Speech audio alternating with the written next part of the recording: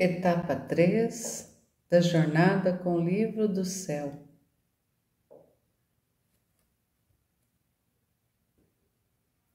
Em nome do Pai que me criou, do Filho que me resgatou e do Espírito Santo que me santificou, divina vontade reina na minha vontade.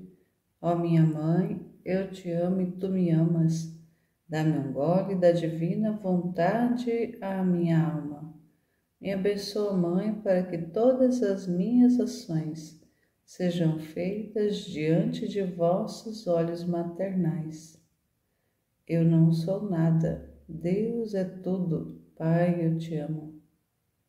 Suprema Majestade, eu venho em sua divina vontade, em nome de todos, do primeiro ao último homem que existirá na terra, para dar a ti as homenagens que tendes direito, as adorações, os louvores, o amor, as ações de graças que cada criatura lhe deve, e fazer as reparações por todos e por cada pecado.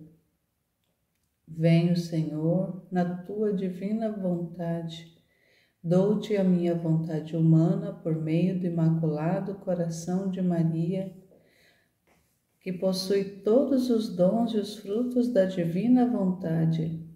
Dá-me então, Senhor, a tua divina vontade.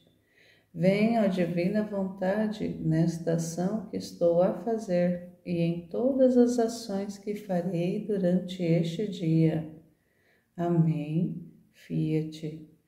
Vinde, Espírito Santo, vinde por meio da poderosa intercessão do Imaculado Coração de Maria, vossa amadíssima esposa e nossa mãe. Amém. Seja muito bem-vindo para darmos continuidade à nossa jornada com o livro do céu, com a graça de Deus, adentrando nas leituras, estudo, meditação dessa preciosidade que o Senhor nos deu, falando da sua vontade, da sua divina vontade, nos comunicando através desses escritos aquilo que o Senhor pensa, aquilo que o Senhor quer, e trazendo para nós essas verdades já reveladas, particulares sim, mas são verdades eternas, verdades do céu, que Ele vem trazendo para que nós acessemos, tomamos conhecimento, vamos aprendendo cada vez mais o que é essa divina vontade, vamos tomando gosto, reconhecendo Ele em cada circunstância, em cada situação da nossa vida e amando assim o que o Senhor é, o que o Senhor faz, entendendo, tomando posse da sua vontade na nossa vida, dando a nossa vontade para Ele, a nossa vida para ser esse espaço de vida, da vida dele em nós. Nessa etapa 3, que vai do volume 25 ao 36, estamos ainda bem no início, só fizemos o primeiro capítulo do volume 25 e hoje a partir do capítulo 2. Esse capítulo 2, que foi escrito pela Luísa em 10 de outubro de 1928. Então já vamos aqui adentrando na leitura para ir compreendendo o que o Senhor quer nos dizer nesse dia. 40 anos e mais de exílio, virtude e força de um sacrifício prolongado, recolha de materiais para ordenar, felicidade de Jesus ao abençoar a sua pequena filha prisioneira, beijos no querer divino, decisão dos sacerdotes de preparar os escritos para a publicação, graças surpreendentes que Jesus dará aos sacerdotes. Então aqui já percebe que é um texto com vários elementos. Luísa diz: minha vida desenrola-se diante do meu sacramentado Jesus, e ó, quantos pensamentos se acumulam na minha mente. Pensava em mim mesma. Depois de 40 anos e meses que não tinha visto o tabernáculo, que não me era dado estar diante de sua adorável presença sacramental. 40 anos não só de prisão, mas de exílio, e depois de tão longo exílio finalmente voltei, se bem prisioneira, mas não mais exilada, como na pátria, perto do meu sacramentado Jesus. E não uma vez por dia, como fazia antes que Jesus me fizesse prisioneira, mas sempre, sempre. Meu pobre coração, embora o tenha no peito, sente-se consumido ante tanto amor de Jesus. Mas, enquanto isso e outras coisas pensava, meu sumo bem Jesus, movendo-se em meu interior, me disse: minha filha, achas que é irrelevante ter te mantido prisioneira durante 40 anos e mais, sem um grande desígnio meu? Não, não. O número 40 sempre foi significativo e preparativo para grandes obras. 40 anos os hebreus caminharam pelo deserto sem poderem alcançar a terra prometida, sua pátria, mas depois de 40 anos de sacrifício tiveram o bem de tomar posse dela. Mas quantos milagres, quantas graças até chegar a alimentá-los com um maná celestial em tal tempo. Um sacrifício prolongado tem virtude e força de obter coisas grandes de Deus. E mesmo em minha vida aqui embaixo quis estar 40 dias no deserto, separado de todos, até de minha mãe, para sair em público e anunciar o Evangelho que devia formar a vida de minha igreja, isto é, o reino da redenção. 40 dias desejei permanecer ressuscitado para confirmar a minha ressurreição e pôr o selo de todos os bens da redenção. Assim quis para ti, minha filha, para manifestar o reino da minha divina vontade. Quis 40 anos de sacrifícios, mas quantas graças não te fiz, quantas manifestações. Posso dizer que nesta extensão de tempo pus em ti todo o capital do reino do meu querer e tudo o que é necessário para fazê-lo compreender às criaturas. Assim, a tua longa prisão tem sido a arma contínua, sempre em ato de combater com o teu próprio Criador, para fazer que te manifestasse o meu reino. Agora tu deves saber que tudo que manifestei à tua alma, as graças que te fiz, as tantas verdades que escrevestes acerca da minha divina vontade, suas penas e tudo o que tem feito, não foi outra coisa que uma compilação de materiais para edificar. E agora é necessário ordená-los e pôr tudo em ordem. E assim como não te deixei sozinha em reunir as coisas necessárias que devem servir a meu reino, mas sim que estive sempre contigo, assim não te deixarei sozinha para colocá-las em ordem e fazer ver o grande edifício que por tantos anos tenho preparado junto contigo. Por isso, nosso sacrifício e trabalho não terminou. Devemos seguir adiante até que esteja terminada a obra. Depois, estando perto de meu sacramentado Jesus, cada manhã se dava a bênção com o Santíssimo.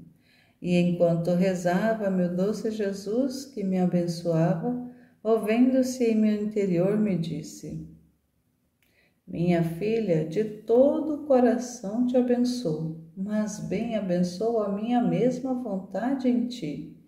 Bendigo teus pensamentos, respiros e batimentos, a fim de que penses sempre em meu querer, o respires continuamente e seja teu pulsar só minha vontade.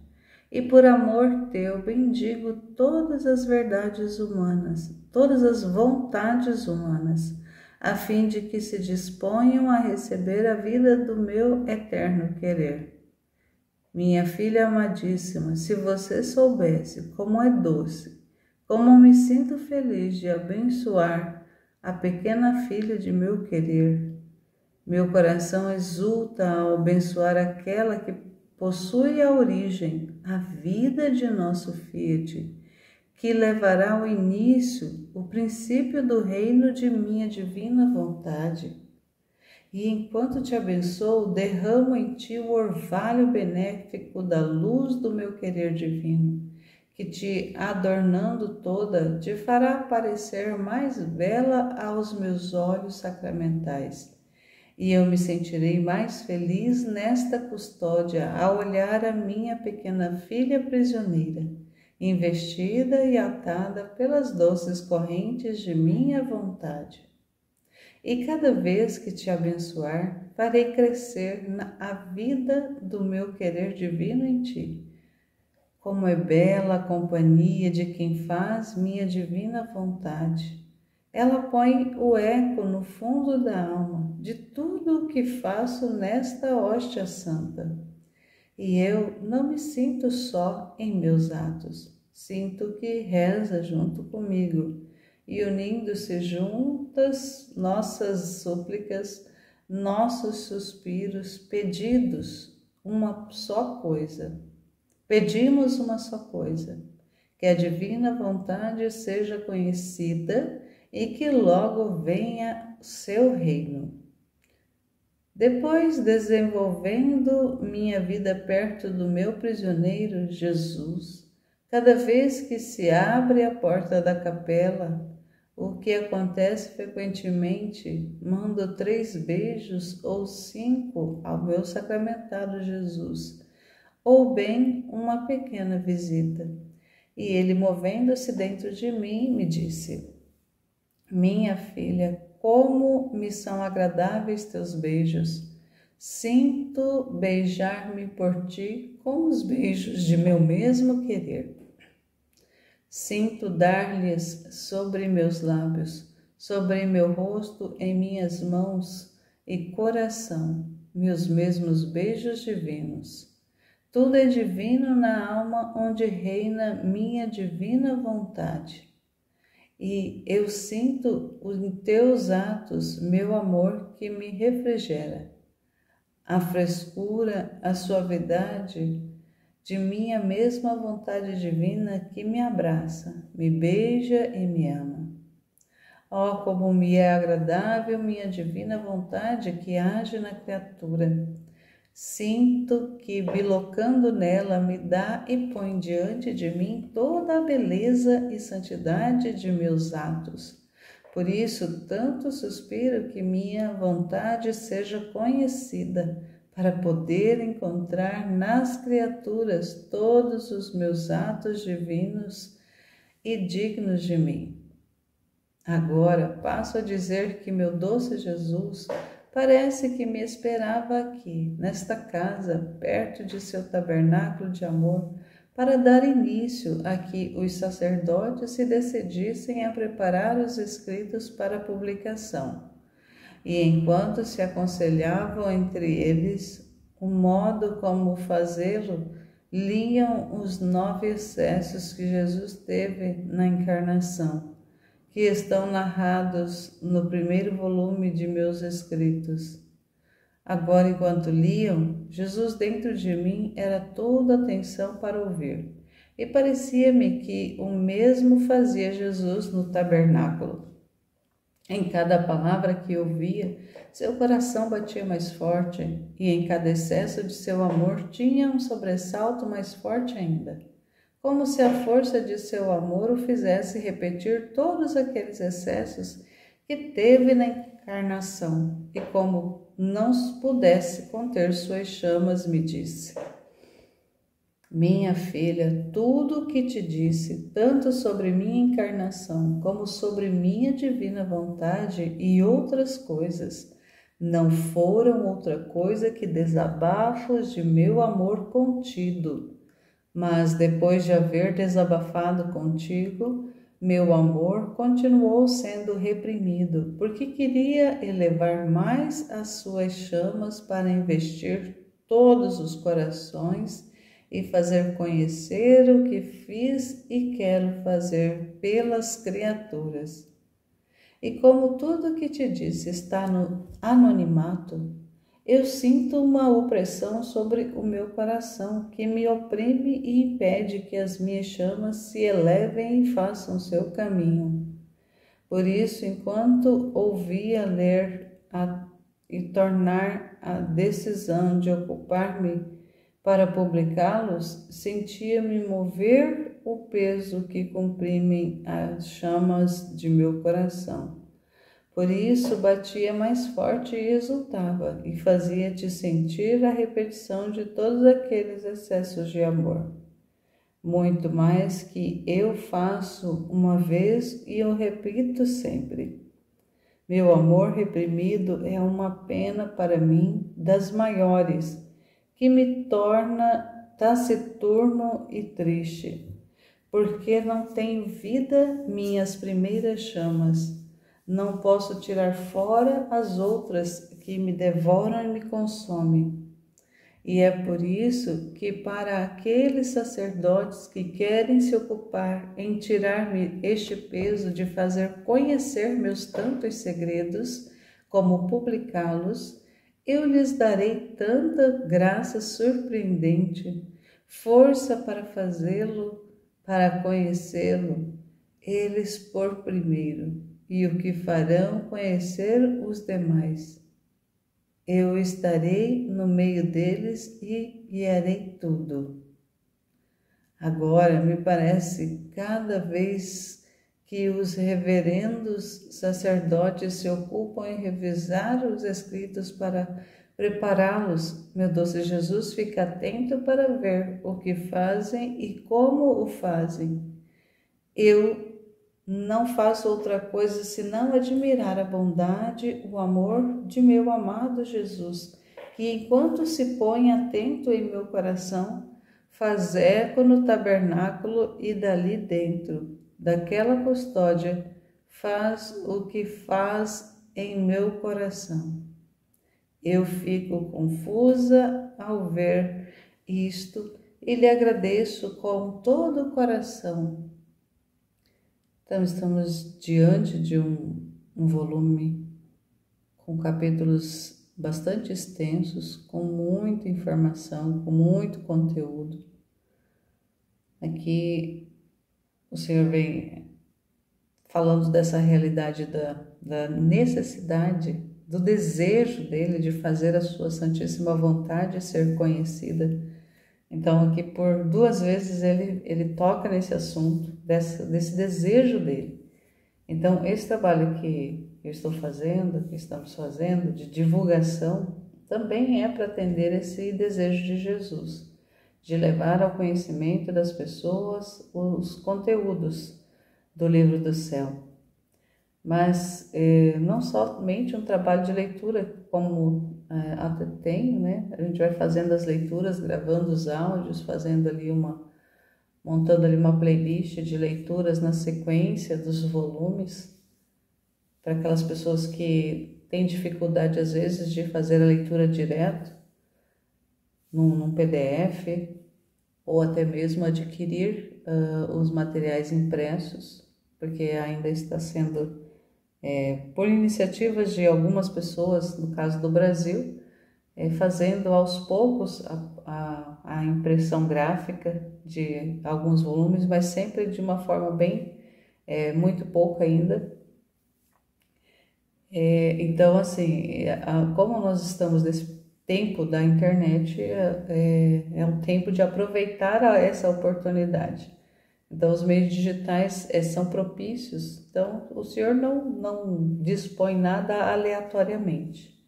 É tudo providencial. Então, nesse tempo de advento de internet, de toda essa expansão da comunicação tão rápida e tão acessível para todas as pessoas, é o momento que o Senhor quer de nós, esse empenho nessa divulgação, porque Ele quer que a sua divina vontade seja conhecida.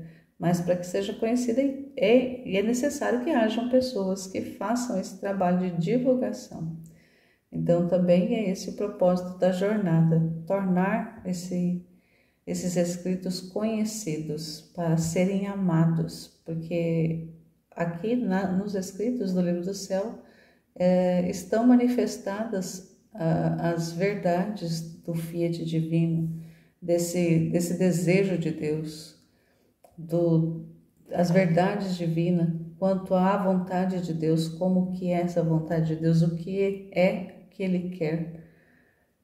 E a Luísa aqui nesse tempo, já 40 anos prisioneira, nesse estado de vítima, embora 1928 está com ali 30 anos que ela começou a escrever. Então, volume 25, ainda tem volumes pela frente, porque vai até o 36, mas aqui já são 30 anos de escritos, porque ela iniciou em 1899 a escrever. Na medida que ela escrevia o volume 2, ela escrevia o volume 1, que era o volume de memórias, onde ela ia colocando aquilo que ela lembrava já de todo o tempo já de vida com Jesus, de manifestações, de tudo que ele já foi fazendo anteriormente de iniciar a escrever. Então, 40 anos de prisão numa cama, ali como alma vítima, recebendo esses conteúdos, ele depositando nela os conteúdos, e depois, ali uns já 30 anos, escrevendo, colocando no papel, porque não era apenas necessário que ele transmitisse para ela o conhecimento, mas era importantíssimo que fosse transcrito, que fosse colocado no papel, fosse registradas essas manifestações, tudo aquilo que ele comunicava, tudo aquilo que ele revelava, tudo aquilo que ele queria dizer fosse expresso, colocado no papel para tornar isso acessível às pessoas. Então, hoje, se temos acesso a esses conteúdos, foi graças a essa obediência da Luísa de colocar essas informações que o Senhor foi falando para ela, desenvolvendo nela ao longo dessas décadas todas. E ela assim, né? Ela se ali tendo essa semelhança ao ser uma prisioneira da divina vontade, se assemelhando a Jesus, prisioneiro no tabernáculo, ou seja, eles ali na hóstia consagrada, restrito no sacrário, restringido, né, no sacrário. Então ela é como se ela vivesse também essa vida sacramental numa cama, onde o Senhor ia ali fazendo esse trabalho na vida dela. Então a vida da Luísa tem todo um propósito, né? Estar numa cama por mais de 40 anos, por cerca de 60 anos, obedecendo, recebendo ali essas manifestações, todo esse trabalho de Jesus, ela podia nesse estado estar 100% à disposição do Senhor para tudo aquilo que ele queria comunicar, porque não era qualquer coisa. Era o terceiro Fiat, era as verdades da santificação, as verdades da vontade de Deus. Então, uma pessoa que tivesse se envolvendo com outras coisas desse plano terreno, com pessoas, tendo que lidar com pessoas, com a família, com coisas, com tarefas, como era bem no comecinho, não tinha como o Senhor estar ali trazendo tudo que ele trouxe. Então precisava dessa alma realmente estar totalmente disponível, totalmente entregue a tudo aquilo que ele queria comunicar e desenvolver nela. Então, ela foi muito dócil. Claro que a gente vê, né, nos primeiros volumes, e vai ver ao longo realmente de todos os escritos muitos lamentos da Luísa. Mas ela foi obediente. E foi essa alma que recebeu todas essas informações que hoje a gente tem acesso. Então, é maravilhoso saber disso. E o quanto que o Senhor foi trabalhando nela para desenvolver esses escritos todos. E depois ali, nesse tempo que ela está na casa lá que foi criada essa casa da Divina Vontade lá por causa dessa iniciativa de Santo Aníbal Maria de França, que aqui já nesse período, 1928, já tinha morrido, ele morreu em 1927. Mas ela passa esse tempo, esse período lá nessa casa, para ter ali toda a assistência realmente dos sacerdotes da igreja. Ela já tinha, mas ali era mais, naquela casa, onde era uma casa de religiosos, era um local que era um local da igreja mesmo, né? Ela não estava na casa dela, na casa familiar, mas já num local ali da igreja, sob o domínio da igreja total. E começa também nesse período, o período da organização do que ela já tinha escrito. Então, está escrevendo o volume 25, então já foram 24 volumes, muito conteúdo já tinha sido disposto.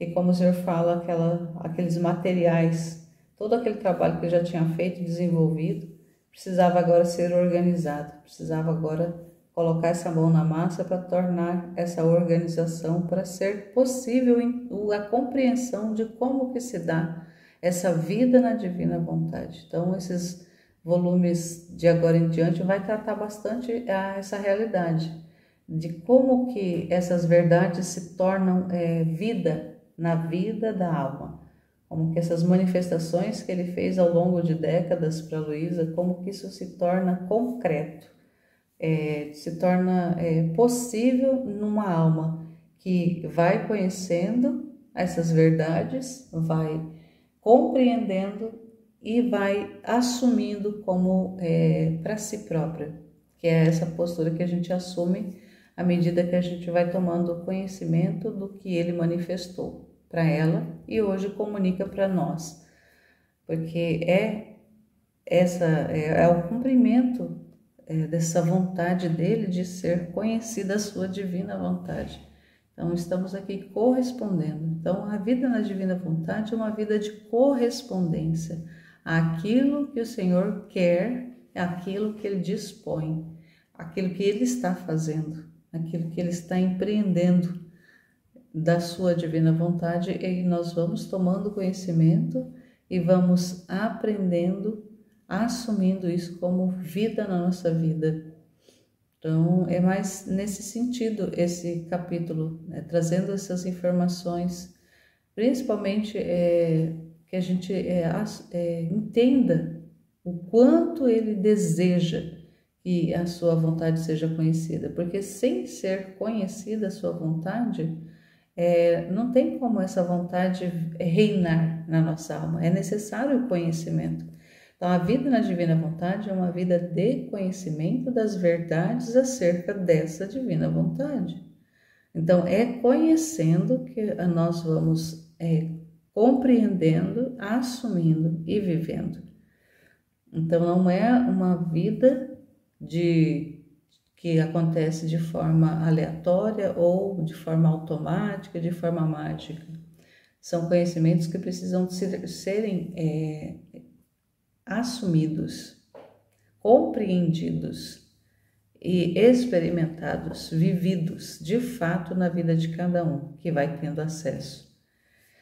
Então, a gente está aqui para dizer para o Senhor, sim, Senhor, estamos entendendo, estamos compreendendo, dar-nos a graça de sermos essas pessoas que não só estarão dizendo sim, também como a Luísa, vivendo tudo que o Senhor manifestou para ela, mas também sendo esses canais de comunicação, de divulgação, para tornar a sua divina vontade conhecida. Então, isso é importante para que o Senhor fique feliz com o nosso sim também.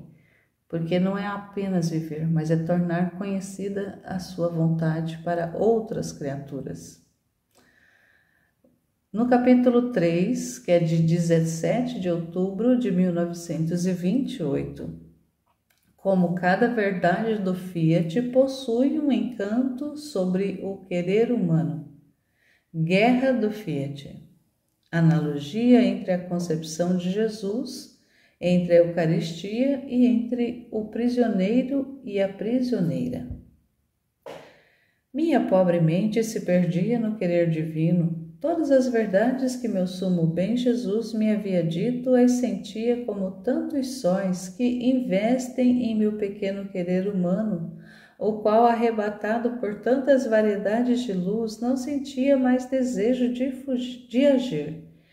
E meu sumo bem Jesus, movendo-se dentro de mim, disse-me: minha filha, cada verdade que manifestei acerca da minha divina vontade não só é uma vida divina que coloquei fora de mim, mas sim que possui um doce embelezamento para embelezar o querer humano, o qual, embelezado pelo meu, sentir-se-á sob o encanto de uma atividade, de uma inatividade, e dará livre campo de ação à minha divina vontade.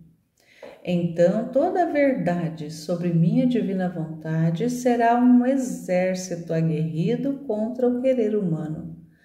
Mas você sabe com que armas estará dotado este aguerrido exército? Com armas de luz, de força, de amor, de beleza, de santidade, para fazer a guerra contra todas estas armas à vontade humana. Ela, diante destas armas, sofrerá um doce desafio e fazer-se-á vencer pelo Fiat divino.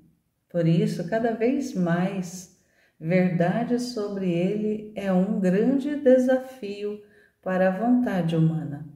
Pode-se dizer que cada verdade que te disse sobre minha divina vontade são tantas vias para fazer-se caminho na vontade humana, que primeiro prepararão e depois formarão meu reino entre as criaturas.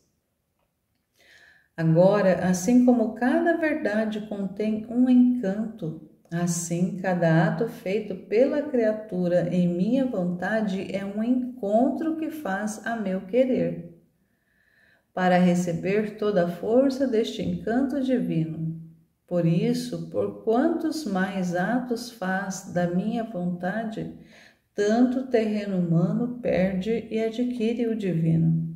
E se toda se lança nela, só lhe restará recordar que tem um querer, mas que a tem em repouso e embelezado pela minha divina vontade. Depois disto, seguia meus atos no Fiat divino e, seguindo seus atos, estava acompanhando a concepção de Jesus no seio materno. E Jesus, movendo-se em meu interior, me disse: minha filha, quanta analogia há entre a concepção que fiz no seio materno e entre aquela que faço em cada hóstia consagrada. Olhe, do céu desci para me conceber no seio da Mãe Celestial. Do céu descendo para ficar consagrado, escondido dentro dos véus das espécies do pão. Às escuras, imóvel, fiquei no ventre materno. Às escuras, imóvel e mais diminuído fico em cada hóstia. Olhe para mim, estou aqui escondido neste tabernáculo. Rezo, choro e não faço ouvir nem sequer meu respiro. Nos véus sacramentais, minha mesma divina vontade me tem como morto, aniquilado, restringido, comprimido, enquanto estou vivo e dou vida a todos. Ó abismo de meu querer! Como você é imensurável! No seio materno estava oprimido pelo peso de todas as almas e de todos os pecados. Aqui em cada hóstia, por menor que seja, sinto o peso enorme do fardo dos pecados de cada uma das criaturas. E enquanto me sinto esmagado sob a enormidade de tantas culpas, não me canso, porque o verdadeiro amor nunca se cansa e quer vencer com os maiores sacrifícios que quer expor sua vida por quem ama. E por isso que continuo minha vida, desde minha concepção até que morri, em cada hóstia sacramental. Agora quero te dizer o prazer que sinto, porque te tenho perto de meu tabernáculo, sob meus olhares sacramentais, e a analogia que há entre eu e você. Olha, eu estou aqui escondido sob o império da minha vontade divina. Ah, é precisamente ela, a sua potência, que contém o prodígio de me esconder em cada hóstia com a consagração. Estás na tua cama, só por causa do império do meu Fiat. Não são os males corporais que te têm impedida, não, mas somente minha vontade que assim quer, que formando de ti um véu me esconde a mim e me forma uma hóstia viva, um tabernáculo vivo. Eu aqui, neste tabernáculo, rogo continuamente, mas sabes tu qual é o meu primeiro pedido? Que minha vontade seja conhecida. Que seu império, que me tem escondido, impere sobre todas as criaturas e reine e domine nelas. Porque então minha via sacramental terá seu fruto completo, o cumprimento de tantos sacrifícios, o restabelecimento de minha vida nas criaturas, quando a minha vontade for conhecida e formar nelas o seu reino. E estou aqui escondido fazendo tantos sacrifícios para esperar o triunfo, o reino da minha divina vontade. Também tu imploras e, fazendo eco à minha oração, ouço o teu contínuo dizer, pondo em movimento todas as minhas obras e todas as coisas criadas. E em nome de todos e de tudo, me pedes que a minha vontade seja conhecida e forme o seu reino. Teu eco e o meu é um só, e uma só coisa pedimos, que tudo regresse ao eterno Fiat, que lhe sejam restituídos os seus justos direitos. Veja então quanta analogia há entre você e eu. Mas o mais belo é que o que quero eu, o quer você. Estamos os dois sacrificados por uma causa tão santa. Por isso, sua companhia me é doce e em tantas penas que sofro me torna feliz. Então, mais informação o Senhor vem trazendo, mais elementos aqui para a gente ir compreendendo a importância dessa divulgação. Então ele vai fazendo aqui falando dessa analogia da vida dele no tabernáculo, na Eucaristia, essa semelhança com a vida dele também no ventre de Maria. Então essa vida de restrição, essa vida de desconhecida, porque quem tem a noção do que é o Senhor numa partícula de pão? O que pode fazer esse pedaço de pão que já não é mais pão, mas é pela fé, nós sabemos, cremos que é o próprio Jesus vivo, o próprio Jesus inteiro, corpo, sangue, alma e divindade, restringidos, escondidos ali num pequenino pedaço de pão, mas é Ele por completo, na sua humanidade e na sua divindade. Não é só uma parte de Jesus, é Jesus inteiro. E mesmo uma hóstia quebrada, uma hóstia fragmentada, só aqueles farelinhos ou aqueles pedacinhos, mesmo ali Jesus está inteiro. Não é só um braço, uma perna, o olho, a cabeça, a mão de Jesus, não. É ele inteiro. E restringido. Imagina um Deus restringido num pedacinho de pão. E assim também, um Deus restringido no ventre de uma mulher. Assim foi. Então, essa restrição, esse escondimento, ele vai falando dessa realidade, desses véus que o escondiam.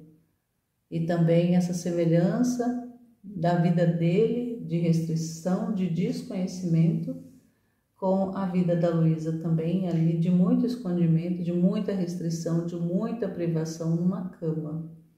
Então, quanto que é importante. E nessa restrição toda, ela foi ali correspondendo, foi recebendo as verdades que ele ia manifestando para ela.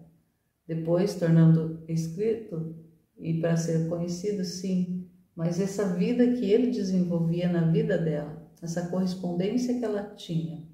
Então, uma partícula de pão não tem correspondência, é apenas uma partícula de pão. É Jesus verdadeiro, mas ele fica só restringido, ele não consegue sair caminhando, ele não consegue sair falando o quanto ele pode numa alma. Então, uma alma que se torna, e ele até fala que a alma que vive na divina vontade se torna esse tabernáculo vivo, se torna essa hóstia viva.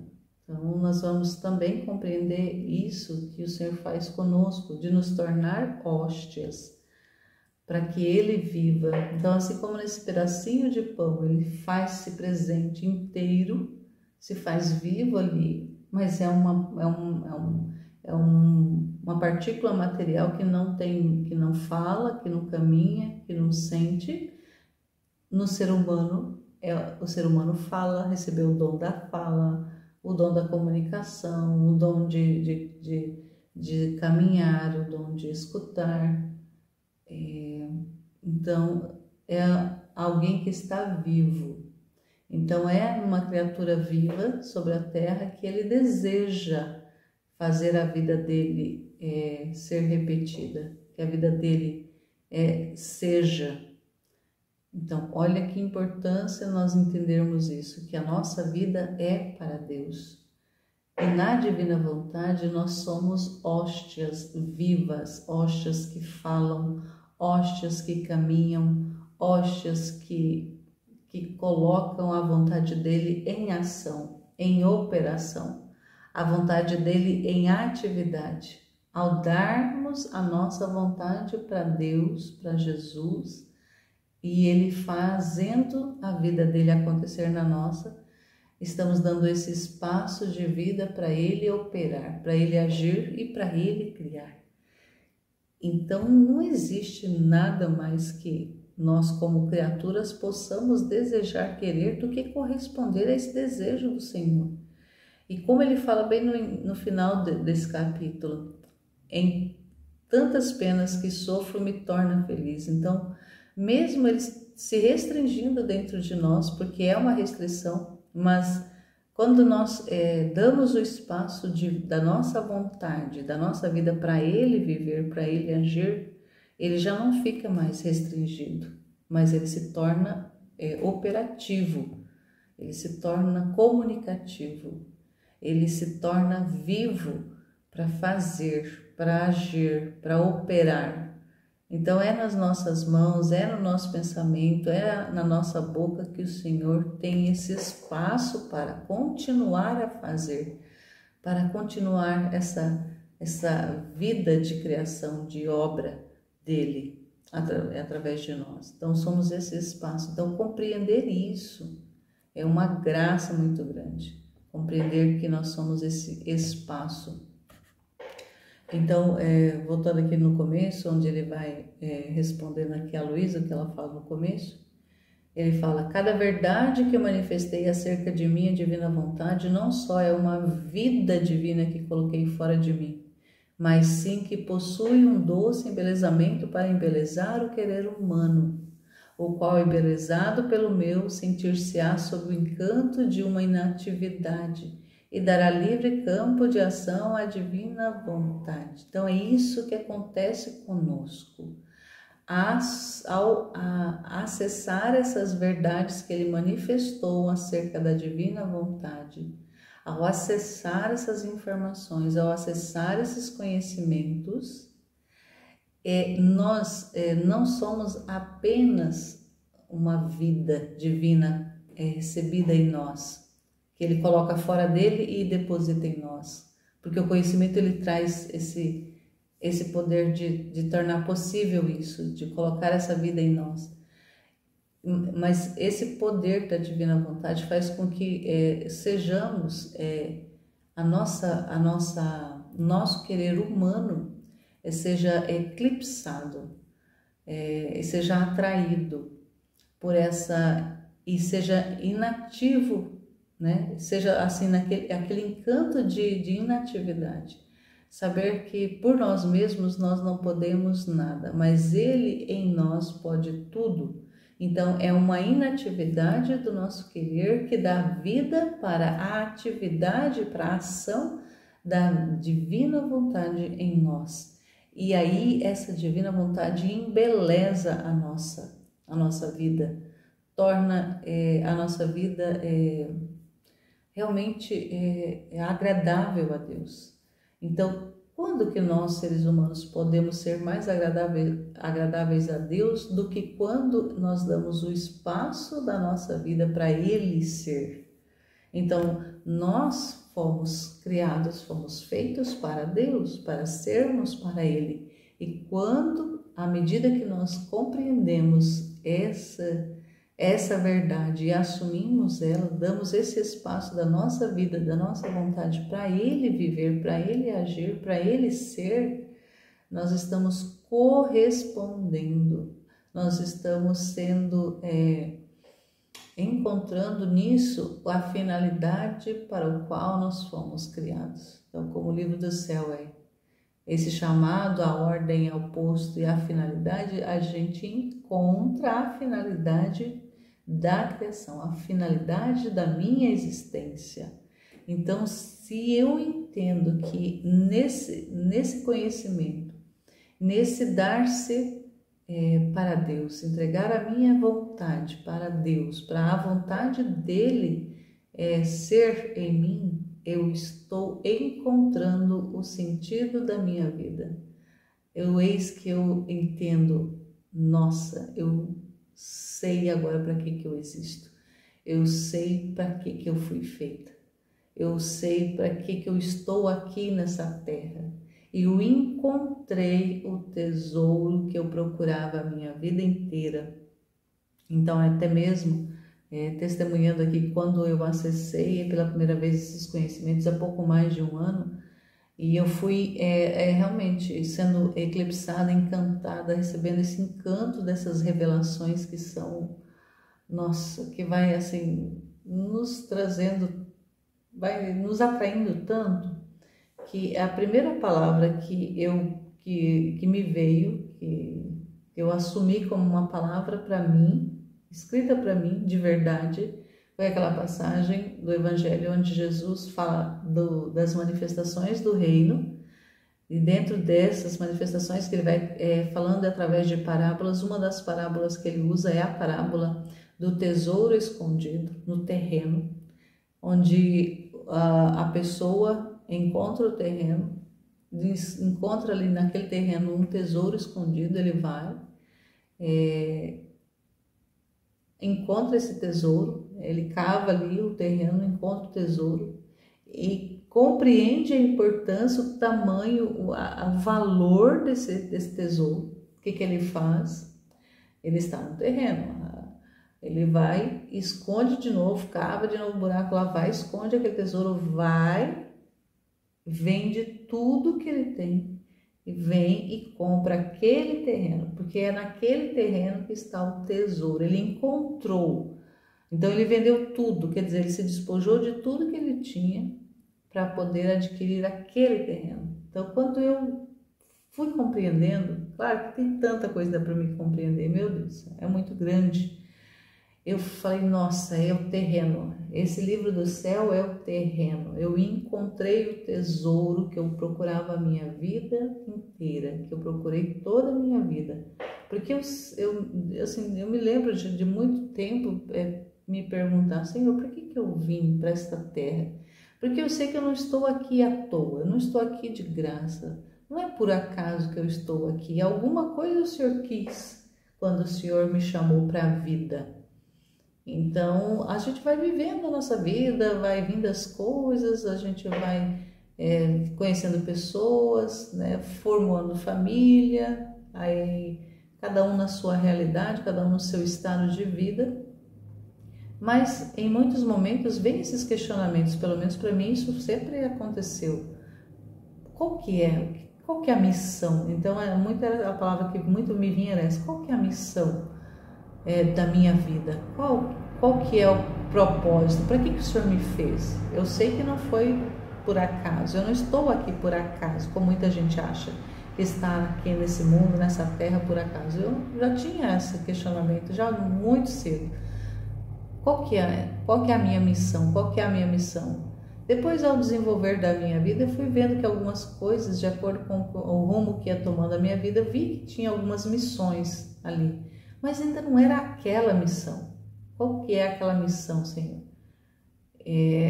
Então, quando eu encontro esses escritos, eu compreendo que eu encontrei a minha missão, o propósito da minha vida, o significado da minha vida, o sentido, a finalidade da minha vida. E qual que é a finalidade da minha vida? Como é a finalidade de todas as vidas, de todos os seres humanos de todos os tempos? Ser aquele espaço de vida para Deus.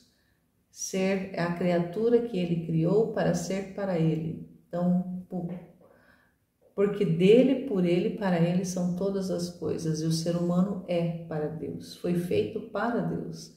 Então, todas as demais coisas criadas foram feitas para o homem, mas o homem foi feito para Deus.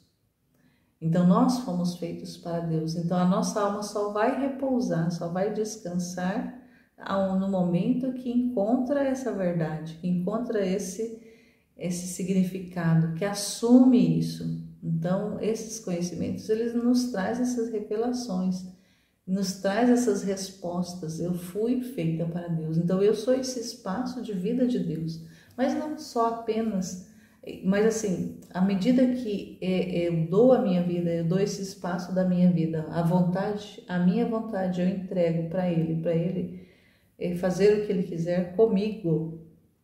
Eu vou sendo esse canal de comunicação, porque esse canal de vida da divina vontade na minha é esse canal de comunicação para também, assim como foi na Luísa, ela recebeu as manifestações, recebeu as verdades, escreveu e deixou. Nós hoje acessamos esse conteúdo e está nas nossas mãos que acessamos esses conteúdos hoje, que encontramos esse tesouro hoje, de tornar isso conhecido para outras pessoas, de levar essa informação a outras pessoas. Então, esse embelezamento que Deus faz na nossa alma, essa inatividade da nossa vontade, é a vontade dele que passa a ser ativa, que passa a ter esse campo de ação em nós, é que faz esse trabalho da comunicação, esse trabalho da divulgação. Então, e ele, depois ele vai falando, né? Então toda a verdade sobre a minha divina vontade será um exército aguerrido contra o querer humano. Então tudo aquilo que a gente vai conhecendo vai se tornando esse exército contra a nossa própria vontade, para deixar a nossa vontade ali realmente submetida. Então eu encontro uma verdade, e vou compreendendo essa verdade, faço essa aderência, adiro essa verdade, assumo essa verdade na minha vida, que é essa vontade divina, dou o espaço do meu querer. Eu não quero mais fazer as coisas pela minha própria vontade, mas eu dou esse espaço da vontade dele acontecer, ser, existir e realizar através de mim. Então, quanto mais conhecimento, maior esse exército que vai fazer frente à minha vontade humana, para não deixar ela tomar vez mais. Porque toda vez que a nossa vontade humana toma vez, toma espaço e faz alguma coisa, ela só faz coisas que não devem, ela só faz coisas contrárias a de Deus, porque a nossa vontade, ela fora da vontade de Deus, ela é desordenada, ela é contrária a de Deus. Ela só é favorável quando ela está submetida, quando ela está sob o reinado da divina. Então a nossa vontade só serve para ser para Deus. Fora de Deus, a nossa vontade é como nós vamos compreender, é a chave do inferno. A nossa vontade humana fora de Deus, ela é a chave de todas as coisas ruins que existem no mundo. Ela é a chave da desordem no mundo. Ela é a chave dos males. Ela é a chave dos pecados. Ela é a chave do inferno. Então, uma vida de querer humanos fora de Deus é só trevas, pura trevas. Então, se eu entendo isso, como que eu vou querer viver nas trevas, eu vou preferir as trevas à luz? Não, é uma insanidade. A pessoa conhecendo o que é a vontade humana, o que é a vontade divina e querer preferir a humana. Então, se eu conheço a luz e eu vivo nas trevas, eu quero a luz. Mas tem muitas pessoas que conhecem a luz, mas preferem as trevas. Então, preferir o querer humano, preferir a sua própria vontade é preferir as trevas. Então, os conhecimentos vêm como esse exército aguerrido, esse exército forte, esse exército potente para fazer a sublimação da vontade humana, para deixar a vontade humana ali totalmente aprisionada, totalmente submetida. E olha as armas que esse exército usa, são armas de luz, ou seja, de conhecimento, são armas de força, são armas de poder, são armas de amor, são armas de beleza, são armas de santidade. Não é uma violência de chegar, de espancar, são forças espirituais que atraem, que submetem a vontade humana e ela fica aniquilada, ela fica ali, nossa, é isso? Então, a minha vontade humana só serve para ser para Deus, senão ela só é chave de trevas e de desordem. E aí, o que essas armas todas, elas fazem guerra contra a vontade humana, que quer fazer tudo, né, na rebelião contra Deus. Então, diante dessas armas, ela sofre, né, a vontade humana sofre esse desafio de fazer-se vencer pelo Fiat divino. Então, é tão bom, é tão gostoso, é tão agradável quando a gente compreende isso e faz essa adesão. Então, essas armas que esse exército da vontade, do conhecimento, esse exército do conhecimento faz com a nossa vontade, é essa atração de amor, de força, de beleza, de santidade, de conhecimento, dessa luz mesmo. Então a nossa vontade fica eclipsada mesmo, então a gente é atraído. Então a pessoa que acessa esse conhecimento e rejeita é insanidade pura. Então não dá. Imagina, eu encontro um tesouro, o tesouro mais importante, o tesouro de maior valor que existe na face da terra, eu encontro ele e aí eu falo, não quero não, porque isso aqui vai fazer com que eu não tenha mais, eu não sou eu mais que vou decidir as coisas na minha vida, não quero. Abre mão de um tesouro, do maior tesouro que existe, para poder preferir fazer escolhas pessoais, fazer escolhas próprias, que são tudo trevas, que tudo redunda em trevas, tudo termina em trevas, tudo termina em escuridão, tudo termina em desordem. Porque o conhecimento ele traz a informação para nós, porque uma pessoa que não conhece e uma pessoa que não sabe é uma coisa, porque o Senhor perdoa o tempo da nossa ignorância. Mas uma pessoa que acessa o conhecimento, que vai entendendo e que prefere as trevas à luz, nossa, o que tem para dizer de uma pessoa assim? E tem pessoas assim, infelizmente tem pessoas assim, que preferem. Ou até mesmo, não, eu dou a minha vontade para Deus, mas eu não quero aprofundar nisso. Então, assim, são pessoas que às vezes até mesmo vai compreendendo algumas verdades e até diz fiat para o Senhor, faça, Senhor, a tua vontade na minha, mas eu vou ficar aqui, só colocando o meu pé na água, né? Eu vou lá na praia, eu tenho a imensidão do mar, a divina vontade é esse mar imenso, mas a pessoa quer só colocar, molhar o dedo, a ponta do pé, só quer colocar os pezinhos na água, ela quer ficar na margem, ela não quer adentrar, ela não quer se aprofundar, ela tem medo de se afogar. Mas na divina vontade, a melhor coisa que a gente pode fazer é mergulhar, porque ela não nos afoga. Nós somos, quando a gente adentra nesse mar adentro dessa vontade divina, ela nos consome sim, mas ela se torna a nossa vida a partir disso. Ela se torna a nossa vida, o nosso alimento, o nosso repouso, o nosso refúgio. Então, ir conhecendo, mas não querer avançar para poder não se comprometer a mais, é de uma mesquinharia, é de uma pequenez mesmo, assim, né? De preferir a pequenez, porque nós somos pequenos, nós somos nada, nós vamos nos dando conta disso à medida que, quanto mais a gente vai conhecendo as verdades, quanto mais a gente vai conhecendo Deus, mais a gente vai conhecendo também o nosso nada. Mas ao conhecer esse nada, a gente vai dando espaço dele ser o tudo no nosso nada, é isso que ele quer, ser o tudo no nosso nada. Então, quanto que isso é importante, quanto que isso é fundamental, quanto que isso é corresponder, conhecer e corresponder ao para que eu fui feito, para que eu fui criado. Meu Deus, saber disso e não dizer sim, Senhor, eu quero corresponder, eu quero aprender e também, além disso, eu quero que outras pessoas também conheçam, que outras pessoas também saibam. Nossa, é muito fechamento, é muito coração endurecido. Então, que o Senhor, nesse dia, a partir desse conhecimento, a partir dessa atração que Ele vai fazendo na nossa alma, que Ele realmente possa nos convencer, porque quem nos convence é o Espírito Santo.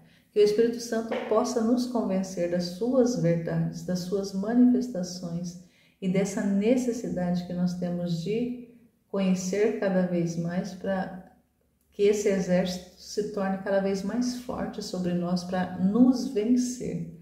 Não só nos convencer, mas nos vencer. Vencer a nossa vontade humana para ser esse espaço de vida de Deus. Encontrando esse tesouro, assumir esse tesouro na nossa vida e não desejar mais nada mais do que aquilo que o Senhor vai dispondo na nossa vida. Então, todas as disposições, a gente passa a amar todas elas, mesmo as não boas. Todas as disposições, independente de quais são, como são, de que forma que são essas disposições, a gente vai amando, porque a gente sabe que tudo vem da mão dele.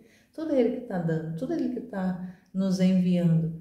E amando cada disposição, cada momento, cada realidade, cada criatura, tudo em Deus. Então é uma outra vida, é a vida nova, tão sonhada, que Jesus disse lá para Nicodemos, é necessário nascer de novo.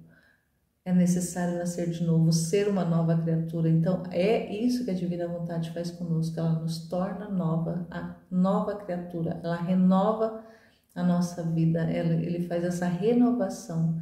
Nos devolve, a Divina Vontade em nós devolve-nos ao posto, nos devolve a ordem, nos devolve a finalidade para a qual cada um de nós foi criado. Nós fomos chamados para a vida. E ser para Deus, é isso. Então louvado seja nosso Senhor Jesus Cristo e sua Mãe Maria Santíssima, para sempre sejam louvados. Jesus, eu confio em vós. Em nome do Pai, do Filho e do Espírito Santo. Amém. Fiat, fiat, fiat.